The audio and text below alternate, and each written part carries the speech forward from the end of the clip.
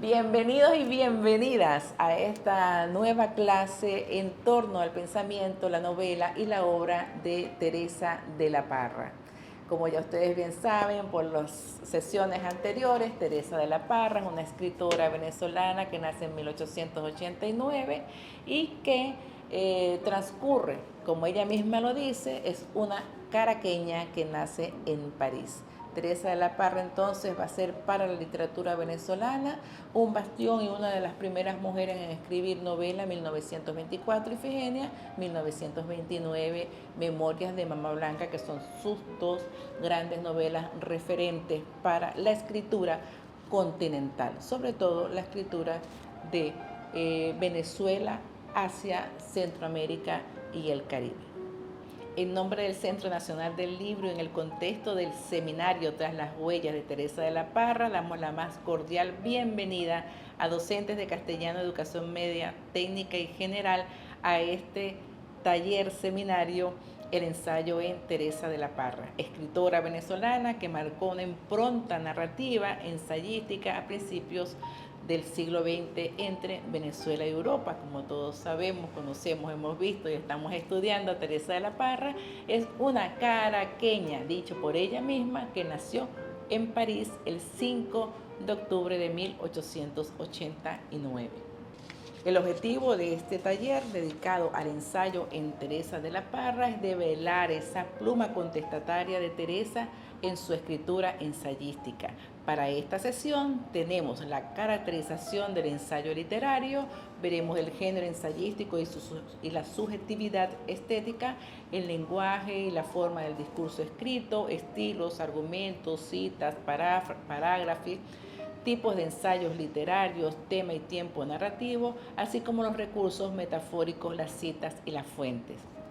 Es importante, antes de comenzar de lleno con el tema del ensayo en Teresa de la Parra, hacer un bosquejo general de lo que era la Venezuela de principios del siglo XX, en esa irrupción, en ese cambio de siglo que vamos a tener del siglo XIX al siglo XX. El cambio del siglo trajo la revolución de la máquina.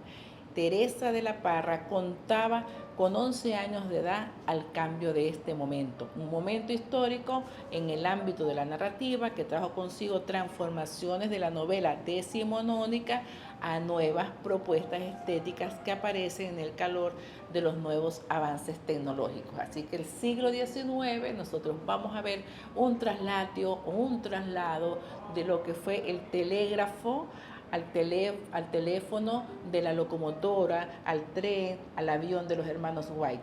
Entonces, ¿qué pasa en el siglo XX?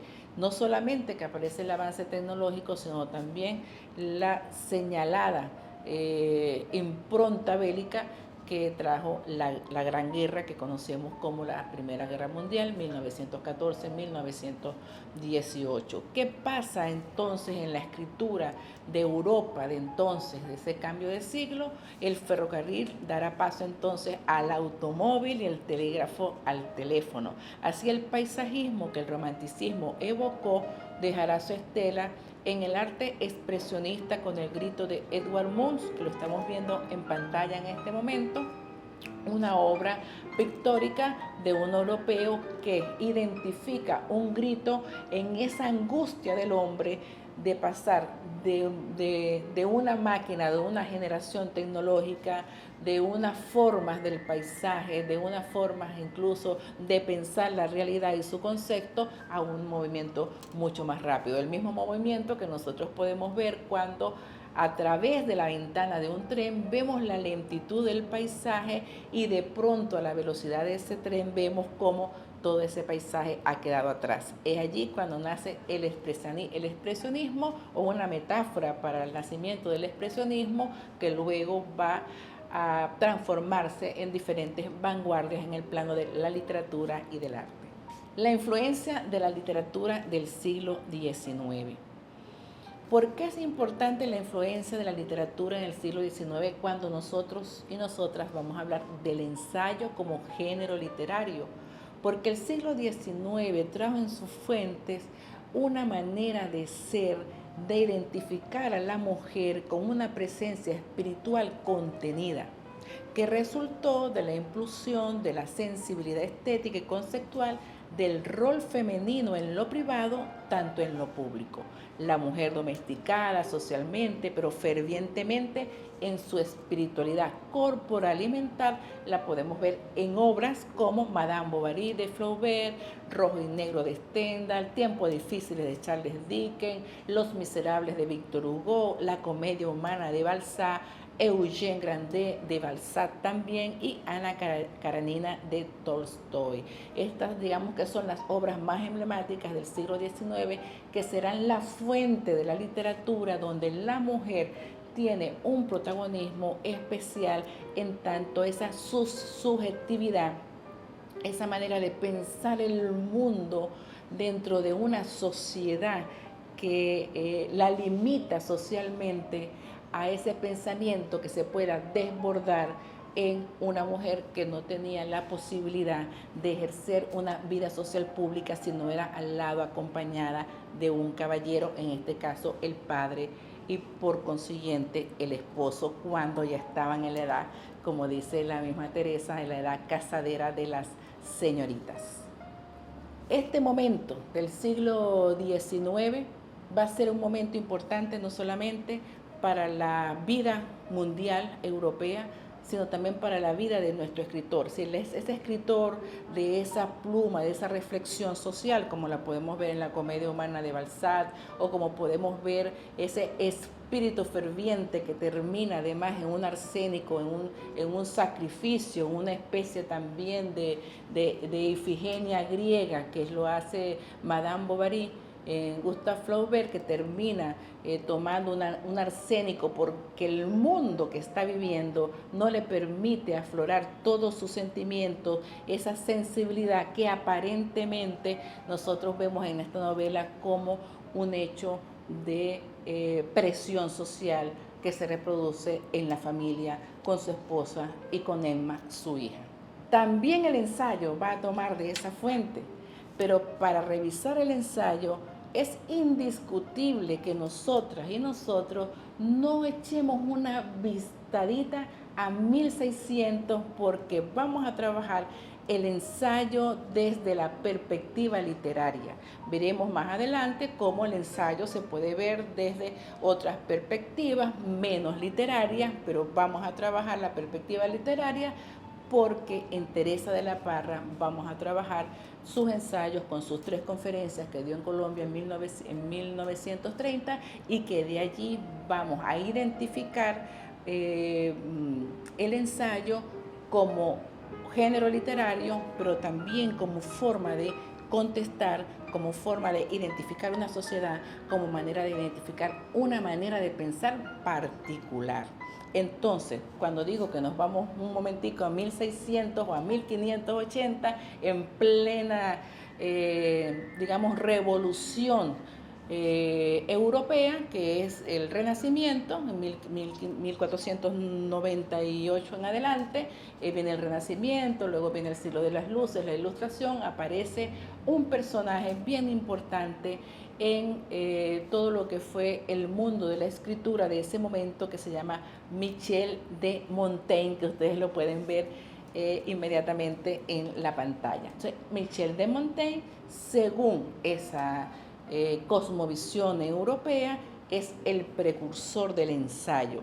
¿Michel de Montaigne era ensayista? No, sino que Michel de Montaigne estuvo muy cercano a un escritor de época que se llama Etienne de la Boétie, y ese escritor es el que promueve la escritura de la vida, de las vivencias, de las ocurrencias y de las lecturas en Michel de Montaigne. Hay un indicador importante no solamente para el ensayo, para la narrativa, para la escritura en general, que debemos tomar en cuenta.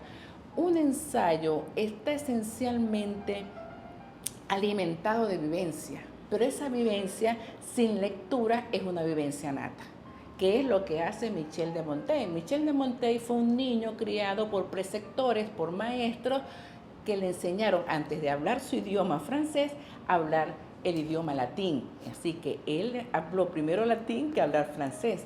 lo que le permitió leer toda la cultura greco-romana, todos los autores griegos y también los latinos en su propia lengua, y poder dar opiniones de la vida corriente, como dice él, en función de ideas de otros. Esta función de ideas de otros es lo que va a hacer que el ensayo literario cobre vida como género literario, que veremos inmediatamente. Entonces, partiendo del iniciador del ensayo como género literario, el retrato de quien escribe, decía Montaigne. ¿Qué es un ensayo? El retrato de mí mismo. Podemos ver en la lámina ese epígrafe que está allí, que se llama "Yo soy la materia de mi libro, soy otro yo mismo, soy otro yo mismo".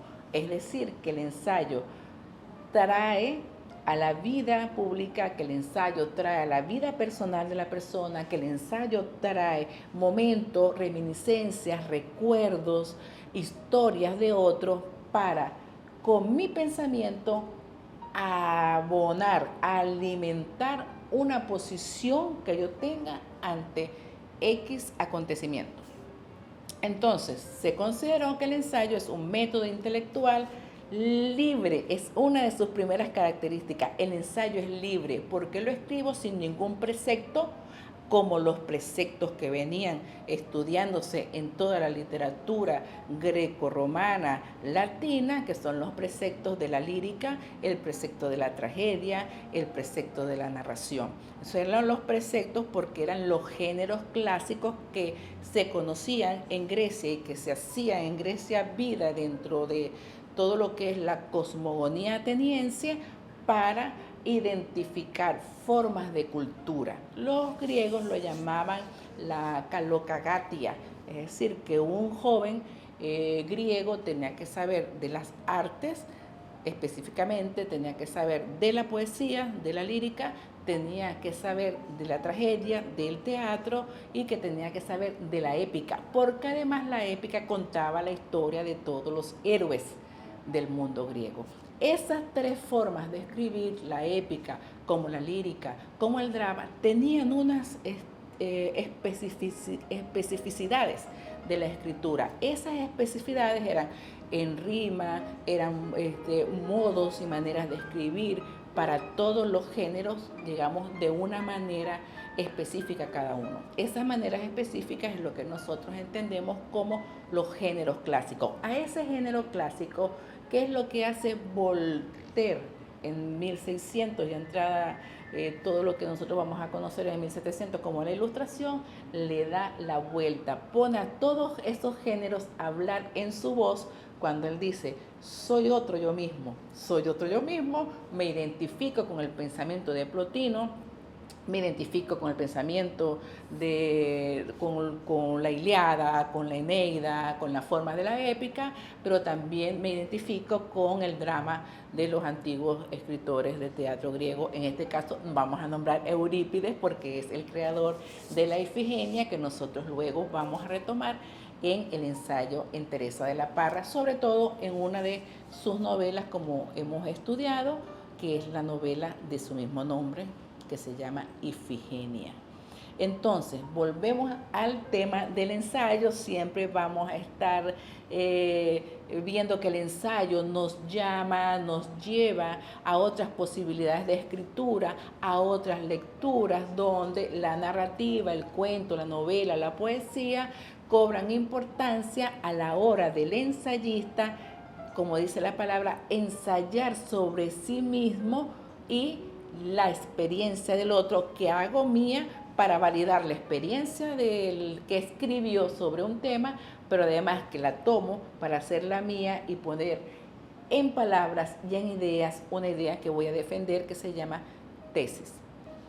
Entonces, la reproducción legítima del pensamiento propio está mediado en el ensayo por fragmentos de los clásicos, que es el caso que nosotros vemos en todo lo que son, y lo vemos aquí, parte de este libro, que son los essais o ensayos de Montaigne.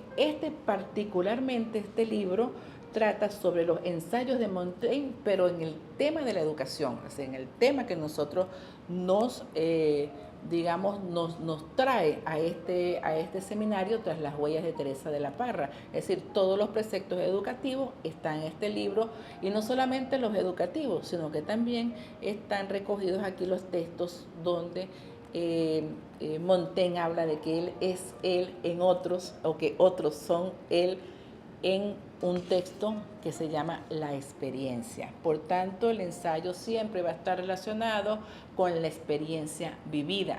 Pero ojo, no es la experiencia solamente, es la experiencia con toda esa vasta cultura que tiene la persona que ha leído, que ha vivido y que ha viajado. Asimilar el pensamiento del otro que hago mío, como dice Montaigne, florece en ese momento el propio pensamiento base en los juicios y las opiniones propias. Así que un ensayo, ya vemos otra caracterización, es un juicio importante que da un valor que es propio sobre o a partir del pensamiento del otro, que genera la producción de nuevas ideas.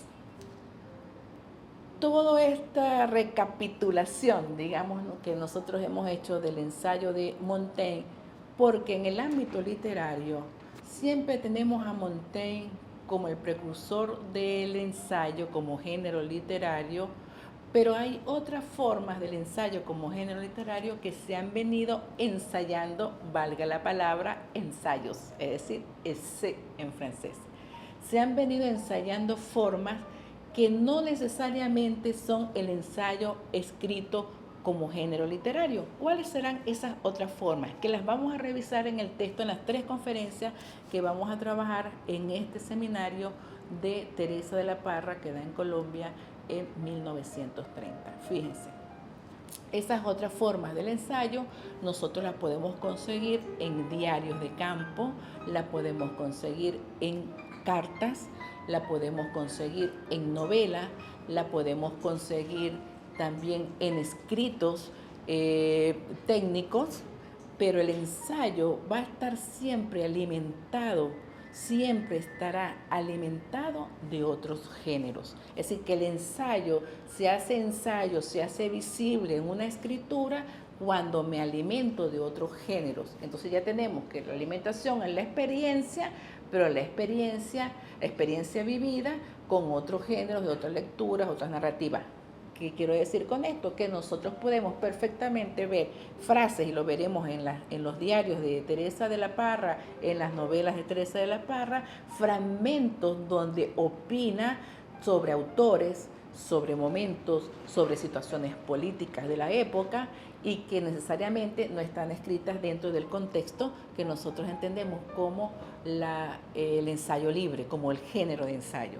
Es decir, sintetizo, el ensayo nosotros podemos conseguirlo fragmentado también en novelas, también lo podemos conseguir en cuentos, también lo podemos conseguir, como lo vamos a revisar, en la correspondencia, en las cartas de Teresa de la Parra. Veremos cómo ahí hace algunas observaciones sobre la vida política de entonces, incluso sobre Miranda, sobre algunos autores que escriben sus cartas en sus diarios, que tienen la sintonía y esa particularidad, esa delicadeza que viene con la forma del ensayo, que es escribir desde el otro.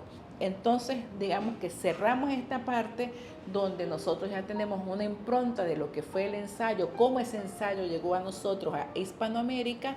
Por ejemplo, nosotros el ensayo en Hispanoamérica llega a partir de los momentos de 1492, los procesos de colonización llegan por los redactores de Indias, por los escritores de Indias, por los que dan el parte a la corona, de cuáles son estas gentes indias que estábamos de este lado del mundo, que la colonización llamó indios.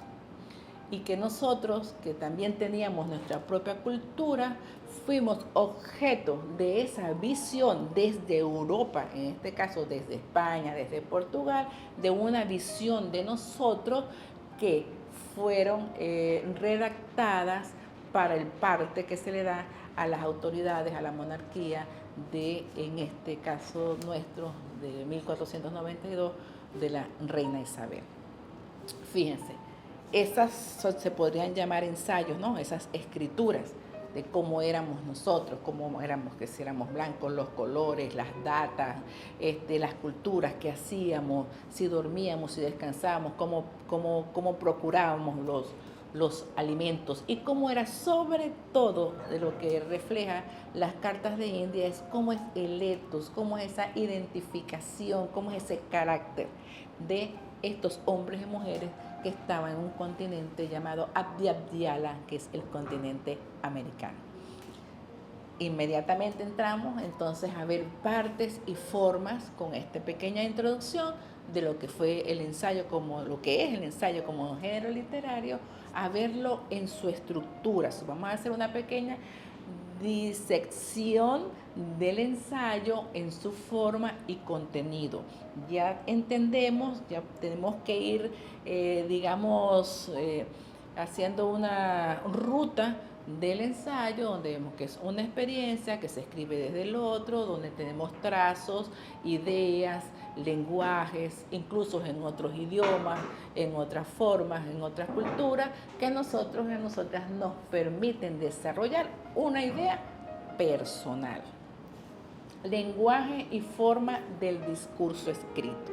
Es decir, cómo nosotros entonces pasamos esa experiencia que nosotros tenemos vivida con los autores leídos, con todas las cosmogonías que nos hacen ser lo que somos, es decir, lo que nos identifica en nuestro carácter, en nuestro ethos, culturalmente hablando, cómo nosotros vamos a transferir a algo que nosotros también conocemos como lenguaje. O sea, un ensayo literario es un lenguaje escrito, es el género como cultura, en este caso nuestra cultura hispánica. Entonces tenemos estas, primeras observaciones.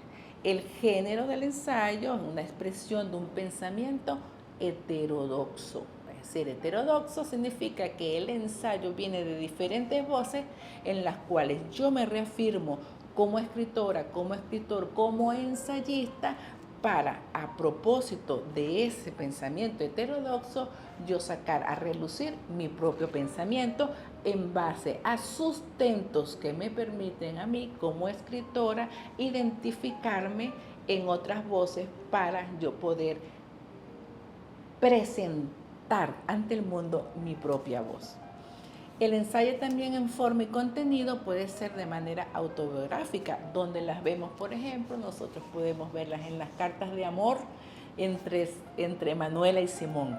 ¿Qué vemos las cartas de amor? Vemos ahí un ensayo, pero desde el punto de vista autobiográfico. Ustedes preguntarán entonces, ¿pero es ensayo o son cartas? No, son cartas, pero esas cartas tienen alguna esencia también en su propia autobiografía, en la esquela, en la carta que se escribe, también tiene esa esencia que nos va a permitir identificar formas del ensayo. Por ejemplo, en las cartas de amor de Manuela y Simón, nosotros vemos cómo hay cercanías amorosas, pero también hay cuentos y historias de lo que está pasando en el momento histórico en Venezuela.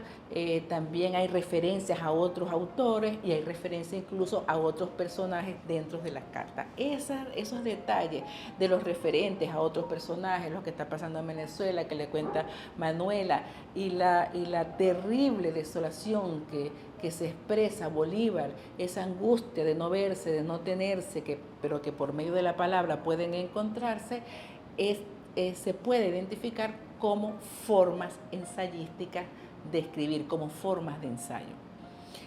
Insisto o repito, es una carta, pero podemos encontrar en una que otra de las cartas entre Manuela y Simón, es decir, formas de ensayo. Pero hay una carta muy importante, que es la carta de 1815 que le escribe Simón Bolívar a Henry Culler. En esa carta que nosotros todos conocemos como la Carta de Jamaica, esa Carta de Jamaica es un ensayo.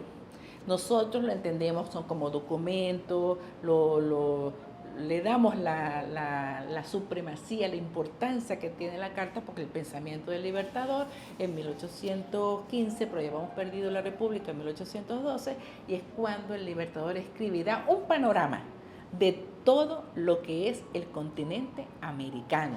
de todo lo que es la esencia de la Adhyadhyala. Y además sienta ahí una posición política. Dice en esa carta, dice, será más fácil unir los mares que nosotros nos unamos al gobierno de la corona española.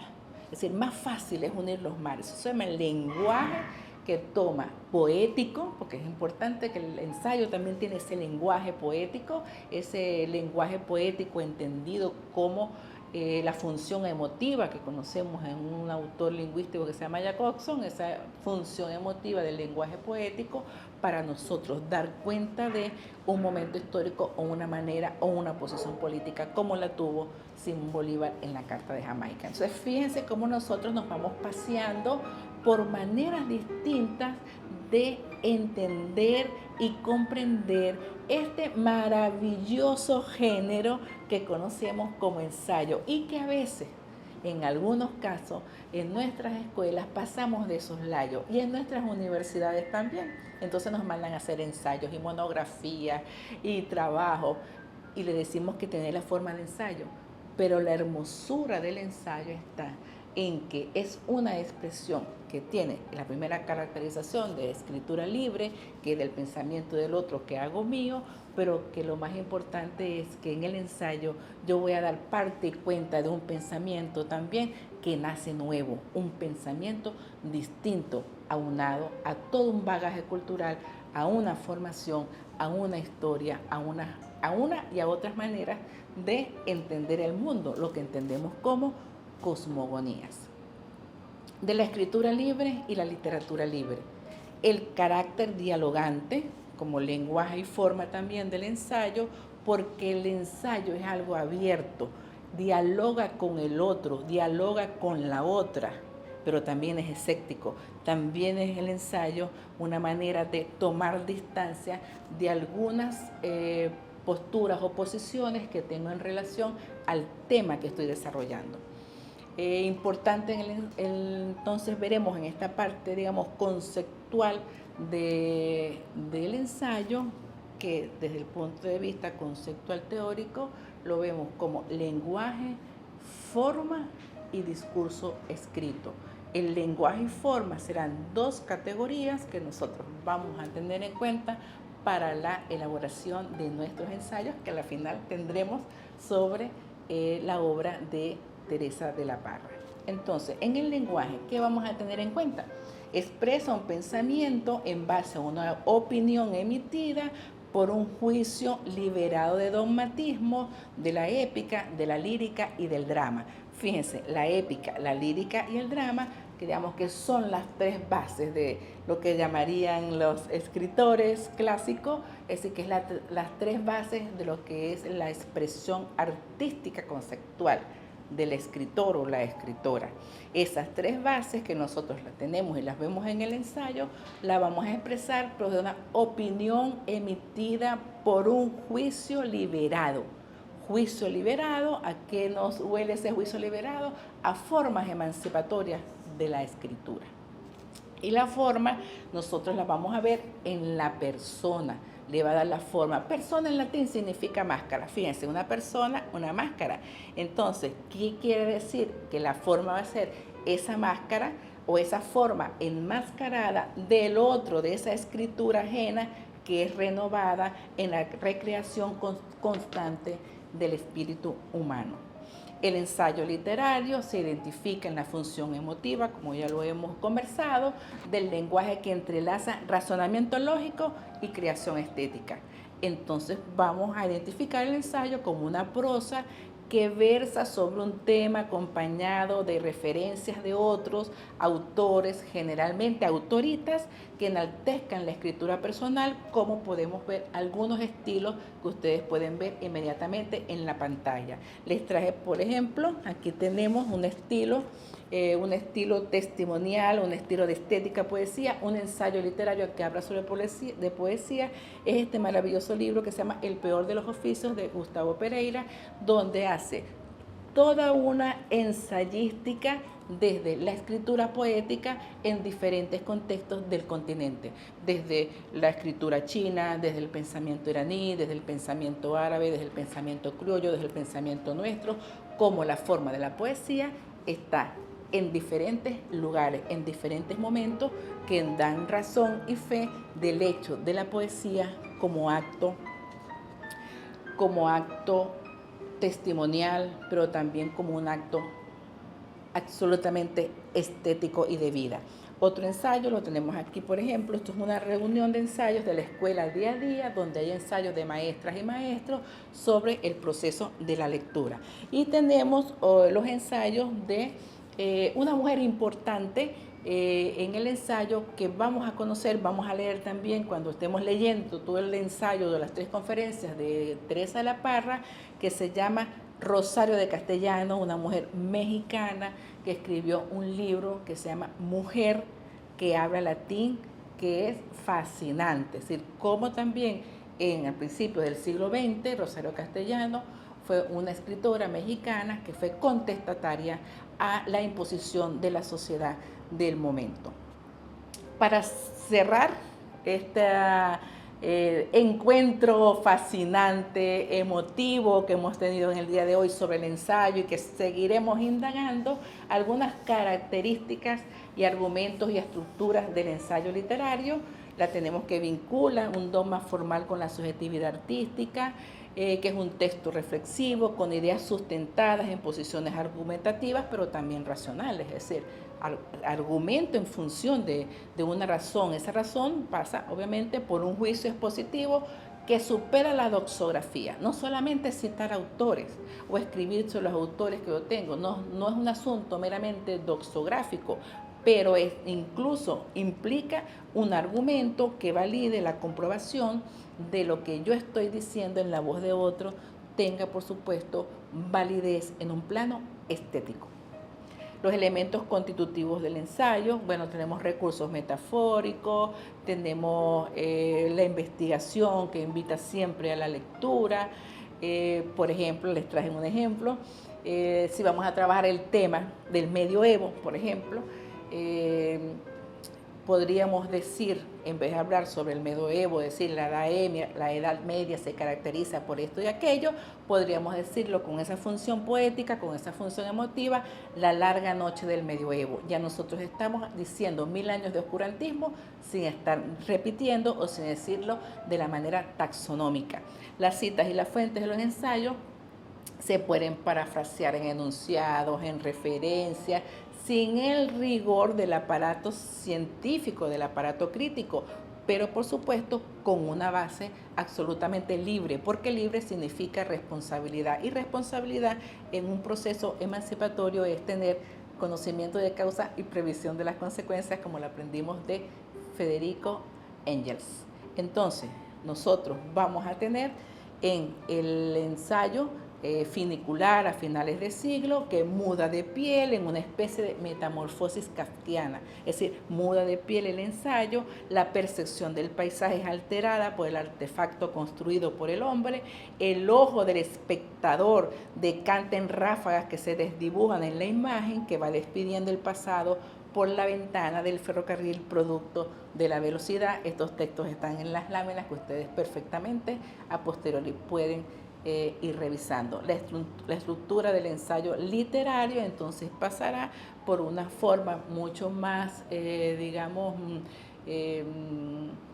entendible, ya después de tener todo este cúmulo de experiencias del ensayo, con formas de epígrafe, con una introducción, con un desarrollo del tema, con un análisis del tema y con unas conclusiones apreciativas que fundamentan los argumentos en tono de reflexión final, que sintetiza la perspectiva planteada en función de sus componentes que ya hemos estudiado en el día de hoy.